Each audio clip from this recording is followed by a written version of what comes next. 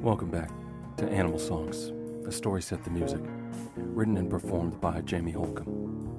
Mazandarin, Malakut, Celestial Realm, crow form flies through elementary ideas, the cosmic ocean, out of which all things return and arise. These and other names have been applied to that territory occupied by the subtle body. It weaves its spells out here.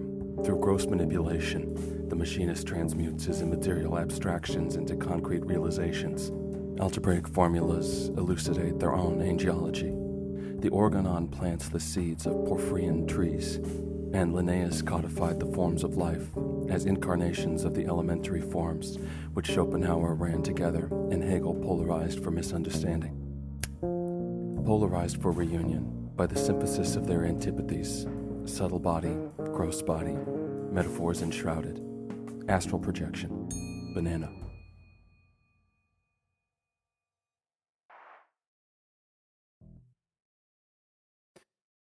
The Japanese word for cat is neko, and rendered phonetically, the ideogram can be broken apart as ne-ko, which means sleeping girl.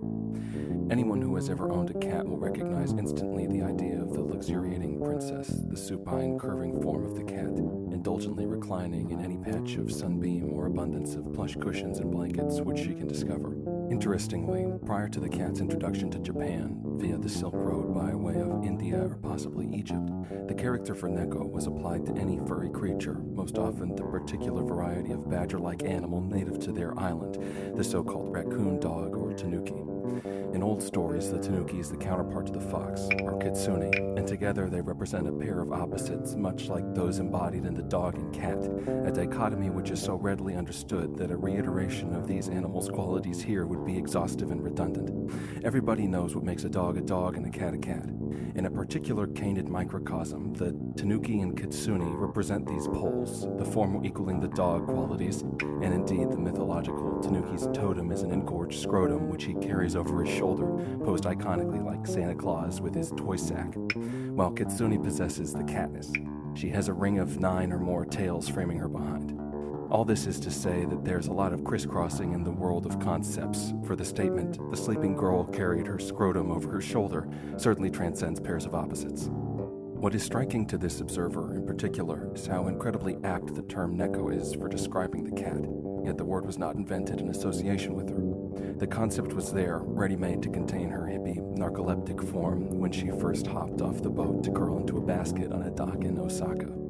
The idea, sleeping girl, is so charmingly accurate that ever since I learned these errant facts, I have taken to calling my own feline friend these words, in English, even though he is male. He is still a princess under a spell, cushioned in lavish furs. So where did the idea come from? Surely the tanuki doesn't inspire such a feminine image. He's the guy with the scrotum slung over his shoulder.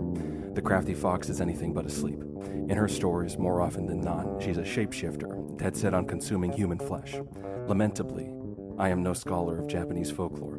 I don't even speak the language. My understanding of semiotics is amateur at best. The origin of the sleeping girl, for me, will be forever kept a mystery. My point, hidden within this overgrowth of information, is that there are many chambers in the mansion of the mind, and behind each door there may be a surprising number of beds. Everything, each article which man encounters in this exterior world, all must be put to bed, escorted by the loquacious butler to its appropriate quarters, introduced to the other residents along its hall, in this wing of mind manor, which all things must share. The styles of house are as different as the styles of house. A traditional Japanese home with sliding paper doors and daily rearranged tatami mats and removable beds will certainly welcome guests in a slightly different manner than the manner of a Tudor manor, where the thick mahogany beds lie like displayed corpses. Welcome to my home. Yes, the mind is like a many-celled honeycomb, in which each hexagonal quarter can nourish a larva to a drone, only to be refilled with another syrup-guzzling worm. Imagine if you never supplied that nutritious sweetness to the little gray thing. He'd never grow to have sex with the queen. Perhaps the neko chamber was built less to house a concept than to provide space for a feeling. After all, if the term could be applied to any furry little creature, then perhaps the element of the cat is a bit of a red herring. The sleeping girl as cat analogy is not a comparison functioning in the realm of the visible, but in that secret space of the mysterious sense, that neuromuscular excitement, the perception of which is universally attributed to the organ called the heart. When you come across a puppy or a kitten, don't you just have to grit your teeth and make a high-pitched coo? Cuteness implies weakness, and it inspires the desire to possess the object. Innocent as the love of a puppy may be, desire is still encoded in the symbolic formula of the satyr chasing the nymph. Man, boy, dog, tanuki, that cuteness-inspiring thing is so cuteness-inspiring that it's like a sleeping girl. Now that we are beginning to understand this layer of the wheel, the new mystery which has revealed itself is the cat's part in all this. For that room was prepared for her centuries before she would sneak into the house. There was a whiff of destiny in the air on the day that the staff of black and white-clad servants, the simple kimono-smocked attendants, in a trance they set about preparing the new room. "Who's it for?" asked the Lord, surveying his assortment of things. "The, girl, who's asleep." Meanwhile, as the waves rocked the boat, the tiger-striped cat sat on the bow, hair blowing in the salty breeze, and she slid her eyes and purred. Unfortunately, despite these fruitful colorations, just about everything I've described here is inaccurate or simply false. Does that make it any less interesting? After all, I didn't invite you all here for a lesson in Japanese. This is not the place for that. What I'm demonstrating, please don't get up, is the crisscross. You see, in the East Wing in particular, but in all corners of our house, the guests are free to roam the halls. Some of the rooms even have connecting doors. A lot of these guys have to share a bathroom. It's all the same plumbing. In fact, what you'll find out if you stick around here long enough is that the key to understanding anything is in making introductions between your guests. Take, for example, the Lord our God. When most hosts welcome this guest into their humble mansions, they believe that such an extravagant personage should be shown to a room of his own, a single king bed, four-poster, crimson curtains drawn, with the door securely locked behind him, the gold fleur-de-lis-style key hidden in some deep fireplace or buried in the backyard, or even the dutiful butler will forget where. Some hosts go so far as to station a maidservant outside the big guy's door, and when any of the actual big guys, giants, Andre These, big red cartoon characters, BFGs, etc., who share this particular hall with him, when any of those guests come lumbering past the door on their way to the shared bathroom, this maidservant is instructed to pop a finger to her lips and hiss aloud, "Shh," so that ultimately the only sound our illustrious visitor gets to enjoy is silence, broken by the occasional outraged shush, like he's in church. Now, in a Japanese-style mansion, what do you think happens when that bloke comes for a visit? Why, all the doors are sliding, not to mention they're built from bamboo frames and rice paper. Inevitably, all the guests are going to cross paths, and then it's up to the host's skill and hospitality as to whether or not they get to know one another. With this kind of flow between spaces, now either the maids will have to silence everyone outside of every room, lest that special personage should be wandering here or there, or they will have to concede that it's going to be a raucous joint, in which case just throw a party, which is what we're all doing here tonight. How much of this you grasp is not really the intention. After all, given your current state, it's doubtful whether most of you will remember a thing come daylight. Truly, I invited you four here because somebody's got to feed my poor cat, who has been subsisting on the gray mice that have always managed to find holes in my constructions. Crisscross, gentlemen. I can only do so much. Time is as constant as space, the walls of the place, so to speak. Don't get up. Let her keep knocking. Even monsters must sleep. There. Now. Crisscross. Tanuki and Kitsune, one way and the other. Yes, I'm largely spewing bits of this and that in your faces, but I have my reasons. There are gifts here for each of you. I come bearing gifts. I didn't understand this portion of my adventure when I began it, as it were. Obviously now the whole thing has come to light. My young scaly chum, you have a lot to learn, and the difference between things is hardly the half of it. My gift for you is a set of brass scales. May you eventually come to understand their purpose. Say it 3 times. That's a good boy. Boof.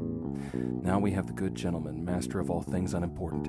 If you and I could work out some way to make this all make sense, regardless of fact or fantasy. Yes, a walking stick. Not the walking stick, the famous ash plant, whose usefulness will be revealed at the decisive moment. But a much simpler, though arguably more fantastical and grandiose invention. Behold, the redwood cane. Get a good look, senor. I'm only showing you this tool once. Note the black ink engravings of snakes and corn-husk goddesses trailing up the body. Remember the curve of its crook. It walks between worlds, Warshaw. May you find it in yours. Poof. Well, boys, and then there were 2. I'll have to tell you a story, although I doubt either of you will remember the details tomorrow. Perhaps the feeling will linger. 2. There were 2. In a forest just outside Kyoto, where the maple trees grow wild, when the world still had room for such nonsense, there lived a band of brave tanuki, who only lived for one thing: mushrooms. Day and night, the roving raccoons hunted after those tasty morsels, and for their hard work they were rewarded with constant feasts of fungi. One afternoon, after a successful morning rooting out toad blossoms, the boys were celebrating, toasting mugs of moral mead, which they brewed in barrels the size of 6 scrotums. Reclining amongst their barrels, flicking fresh-hunted shiitake into their snouts, one of the boys exclaimed, "This is a life." "I'll say," whispered the kitsune to herself. She was shrouded in the holly bushes just behind the biggest barrel, spying on the tanuki's celebration. Her mouth was watering. "Wouldn't it be funny?" she murmured, and she had to stop talking or else she would burst out laughing. The crafty sorceress is always well-versed in potions, and she... At this exact moment, the symphony started. That voice which has plagued me since my first conclusion of this adventure, it began to sing. He broke my trance. How I picked up this parasite will become clear later. For now, all I can say is that Peter and Violet were lost. One woke from restless dreams to discover himself locked in the compartment of a wagon, this time sealed with a metal door. There were no mysterious substances on the shelves for any clever children to explore. There was one bottle, however, in the corner of this cell, beside the door. A little light, yes moonlight, shone through the barred window on the opposite end of the trap. In that shadowed lattice, Peter could see the red gleaming glass, and behind it, those wide-stretched goggle eyes, and the soft wet mouth, open, stuck in a silent wail. He crawled to the bottle and lifted it to the moonlight. Though the body was frozen, floating in fluid, Peter could see his chest rise and fall as if he were breathing, and it felt, to his hopeful, shaking fingertips, as though the glass reverberated with a subtle beating. From the other side of the window came her low chuckle. "Hello, Granny," said Peter. He clutched the bottle to his chest. "Surprise, surprise," she said. The wheels clattered, the compartment shook, the cart rattled on. Meanwhile, at the home of Geppetto Sean Warshaw, the remaining members of the Enterprise crew were scattered around the living room, lying on various makeshift beds, bundles of blankets and extra pillows. Violet was curled into a ball on a thick purple blanket which he had arranged beneath the kitchen table. For whatever reason, he felt safe in this pseudo-cage formed by the table legs. He woke from an imaginary forest where he had been celebrating with animal friends. Now he was crying. On the floor nearby, a figure rolled over in its pile of pillows. "Violet," it was Warshaw. "For why are you crying?" "It's my fault." Now. The gentleman extended a hand to pat his companion on the shoulder. Violet shrank from his clammy palm. "We will find him, both of him, together." The chimera said nothing. To make Warshaw leave him, he finally sighed. "Sure." The gentleman rolled away, and Violet let his tears fall in silence. I keep the wizard's apartment pretty well attended, although just how well I was meant to attend to it is only now becoming clear to me. Once he revealed the space to me, that was the key. Now, with 4 distinct animal forms under my belt, higher and deeper vistas of transformation have been revealing themselves. My part in this adventure I believe to be that of raconteur. Now I see. Tangi has been my responsibility for some time now. He passes freely from one room to the next. Here he is beside my rocking chair, dime-fresh fur glinting in the sunlight. He'll wander back inside momentarily, grumbling his favorite inquiry. I doubt he'll ever find an answer that satisfies him, though naturally the only real response to his question is yes. The nonsense about Japanese is a way to get at it. All of this is. For the two of us, transformation requires that very quality I've identified in the so-called crisscross, Kitsune and Tanuki, Tanuki and Kitsune. In a curious canid microcosm, those pairs of opposites encoded, across the ocean, at the end of the world, deep within the forest. Sleep, and we'll understand its relevance momentarily, is a biological necessity so that we don't go insane, so that our tissues get a chance to regenerate, assimilate new bits of nutrients, or so they say. Predatory animals, carnivores, and all those whose diets consist of protein-rich fare, we require a great deal of sleep to process the ingested information, so to speak. And so we balance infrequent but targeted and fruitful hunts with constant catnaps. That sleep is a form of digestion is considered to be a theory behind the reason for its existence. Why do we sleep is a question that empirical, data-driven minds find difficult to answer with any degree of certitude. The land of Nod is consistent with Merc. Discreetness is not the Queen's forte. The Queen's fort is a conglomerate of earwax. Scientists have discovered that daily, or nightly, her staff of dutiful drones, draped in blue coveralls, armed with yellow shovels, they set to work mining new bricks from the canals of Eustace, deep in Nodland's famous Valley of the Corpses. Don't let the name fool you. This place bears such a gruesome title merely because it is the space wherein things come to lie, where the mushrooms grow and the earwax flows. How I came to pick up this parasite is the subject of two. There were two. In Japan, certain animals are born with natural magic. These are the tanuki, with masculine, life-affirming energy, the crafty kitsune, with her plethora of tricks, and the secretive neko, whose magics are myriad, some beneficial, some vengeful, and some totally banal. All of these animals can be friend or foe, just like anybody else. It's all in how you treat the magic, or in how much you are willing to come into conflict with somebody else's spells. Cross a kitsune once, she'll remember for 100 years. Now, yokai is the word for all weird happenings in the realm of Japanese ghost stories. Trust me. And the specific variety of yokai blessed with the ability to shapeshift are known as henge. What looks like an ordinary concubine leaning against the doorframe could easily be a nine-tailed fox or a split-tailed cat, disguised and on the hunt. She'll wait until you're asleep. Otherwise, we go insane. What's crazy, what's interesting about kitsune is that in addition to their negative incarnations, they are also the emissaries of the kami inari. In Western terms, you might call her the goddess of rice and fertility, life in the puro vein, i.e. capital L. Inari is an old man lugging a grain sack over his shoulder. Yes, he comes bearing gifts. Crisscross. Inari is a shining white goddess attended by equally white shining foxes. Nobility is written on the face of a cat in repose.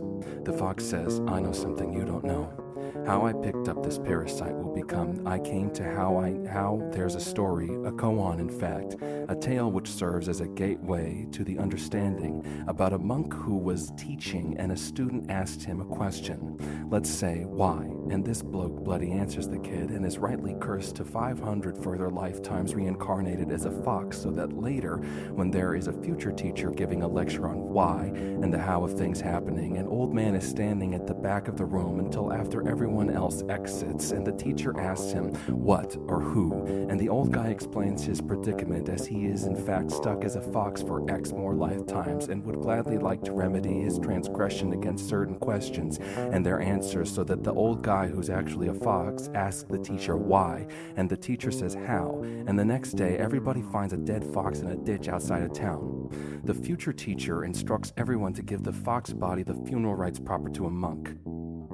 So at the next lecture, he tells everyone the story of the old man who was actually a fox, and at the end, a young student gets up and asks the teacher, but why? What if he hadn't explained why? And the teacher says, come closer, and says, I'll tell you, and the kid tiptoes up to the master who slaps him. Then he laughs at his face. I thought only barbarians had a beard like that, but you have a beard like a barbarian too. The wind is howling. One day that fist will come for me. One day soon the other foot will fall. Naturally, the wolf shows up first, because the rest of the forest is just jamming to the tune. Crystal hums, shining, a rustle in the bushes.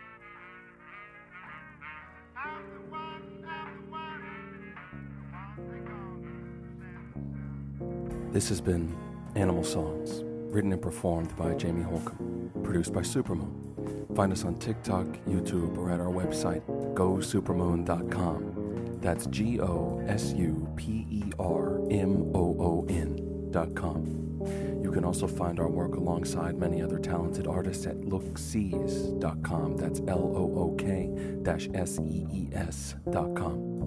This concludes the Banana chapter. I wonder what spirit we will meet next. Until then, thank you for listening.